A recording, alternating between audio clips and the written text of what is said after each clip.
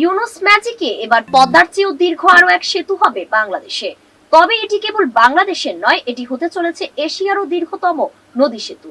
আর এই সেতুর দৈর্ঘ্য হবে 11 কিলোমিটার। সেতু নির্মাণের জন্য নির্ধারণ করা হয়েছে 17,000 কোটি টাকা।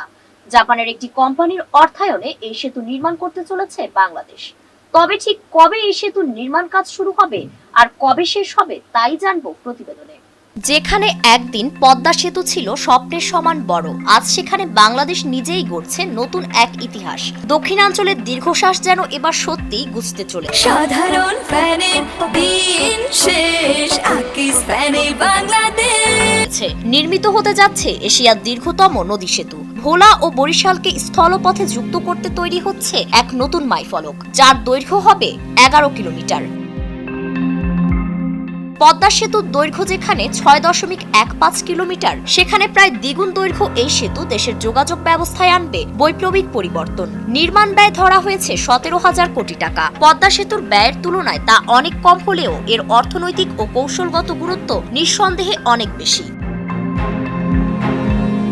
দীর্ঘদিন ধরেই বিচ্ছিন্ন, অবহেলিত ও পিছিয়ে পড়া ভোলা জেলার মানুষের স্বপ্ন ছিল এমন একটি স্থায়ী সড়ক যোগাযোগের। একমাত্র দ্বীপ জেলা ভোলা, যাকে বলা হয় দ্বীপের রানী, খনিজ সম্পদ, প্রাকৃতিক গ্যাস আর ইলিশে ভরপুর হলেও এর মানুষ দীর্ঘদিন ধরেই ছিল মূল ভূখণ্ড থেকে বিচ্ছিন্ন। নৌপথে ছিল তাদের একমাত্র ভরসা। বরিশাল থেকে ভোলায় যেতে লঞ্চে লাগত প্রায় 2 ঘন্টা, আর স্পিডবোটে ঘন্টার পর ঘন্টা। কিন্তু সময় বদলেছে।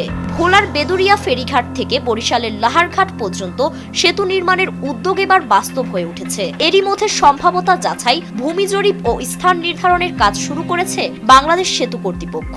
সেতুর একটি অংশ যাবে শ্রীপুর চর হয়ে, যা ভোলা বরিশাল যাতায়াত সংযোগকে আরো সংক্ষিপ্ত করবে।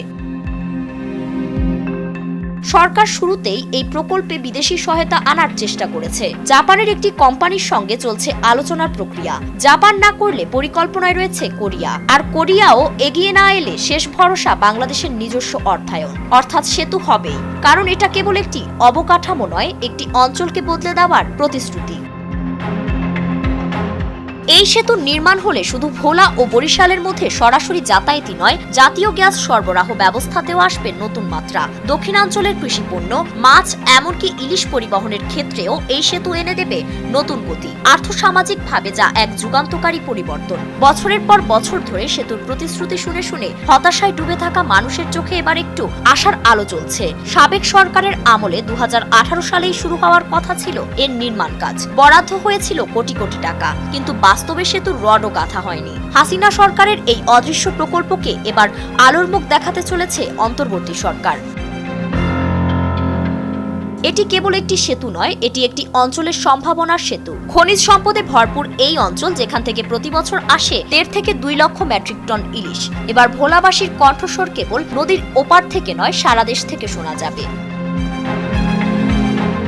2025 সালে নির্মাণ কাজ শুরুর ঘোষণা এসেছে। আর একবার নির্মাণ শুরু হলে প্রতিদিন গড়ে 7,000 যানবাহন চলবে এই সেতু দিয়ে। 2034 সালে তা দাঁড়াবে 15,000-এ এবং 2054 সালে সংখ্যাটি পেরিয়ে যাবে 57,000। এই গতি বদলে দেবে দক্ষিণের ভবিষ্যৎ। ফারিন রহমান প্রীতি, নয়া দিগন্ত।